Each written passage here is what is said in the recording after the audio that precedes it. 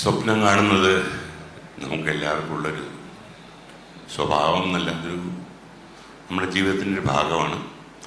അങ്ങനെ സിനിമ സ്വപ്നം കണ്ടു. അതിനു മുമ്പ് ആ സ്വപ്നം കാണൽ എന്ന് പറഞ്ഞത് എന്നോടൊപ്പം ഒരു സ്വപ്നം ഉണ്ടായിരുന്നു. ഒരു സിനിമ, ഒരുപാട് സിനിമകൾ 97 സിനിമയോളം അടുപ്പിച്ച് ചെയ്ത് ഞാനിവിടെ നിൽക്കുകയാണ്. പക്ഷേ ഈ മൂമെൻ്റ് എനിക്ക് വളരെ ഇമ്പോർട്ടൻ്റ് എന്ന് പറയാനുള്ള കാര്യം എന്ന് വെച്ചാൽ MT വാസുദേവൻ നായർ പ്രിയദർശൻ ഒരു തിരശ്ശീല എഴുതി കാണണം എന്ന സ്വപ്നം സിനിമ തുടങ്ങുന്നതിന് മുൻപ് മനസ്സിൽ കൊണ്ടു നടന്ന ഒരാളാണ് ഞാൻ. അതിനുവേണ്ടി ഒരുപാട് ശ്രമങ്ങളൊക്കെ നടത്തിയെങ്കിലും ഒരിക്കലും എനിക്ക് സാധിച്ചില്ല. പക്ഷേ ആ മോഹം ഏകദേശം കൈവിട്ട സമയത്താണ് എനിക്ക് ഇങ്ങനൊരു അവസരം കിട്ടിയത്.